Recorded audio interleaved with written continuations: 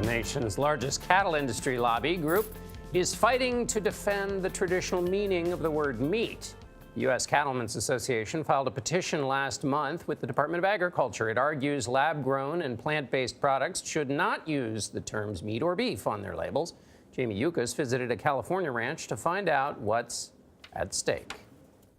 On this sprawling Northern California ranch, Kelly Fogarty's family has raised Black Angus cattle for 5 generations. We spend a lot of time out here with them. Fogarty also represents hundreds of ranchers as the executive vice president of the U.S. Cattlemen's Association.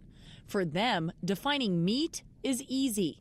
When consumers think of meat, you want them to think of these guys. Yes, we want them to think of this. We don't want them to think of a laboratory. We don't want them to think of something that's created under a microscope.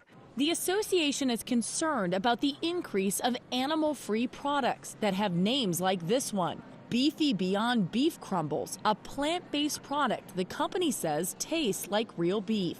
The Cattlemen's federal petition argues the labels beef or meat should inform consumers that the product is derived naturally from animals, as opposed to alternative proteins such as plants or artificially grown in a laboratory. This is an opportunity. But Ethan Brown, the CEO of Beyond Meat, says it's time to rethink that definition.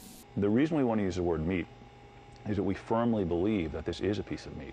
That if you look at meat not in terms of its origin, but if you look at meat in terms of its composition, we are hitting all of those key points of composition.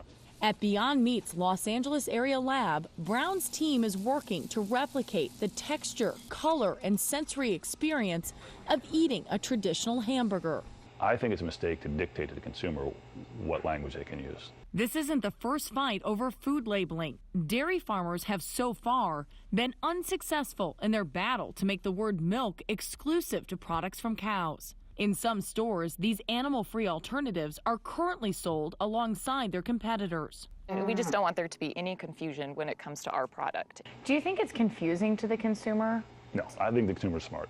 I think the consumer knows what plant-based meat is. Meat alternative sales were up 6% last year and are valued at around $500 million. That's still crumbs compared to the real meat industry that makes more than $50 billion annually.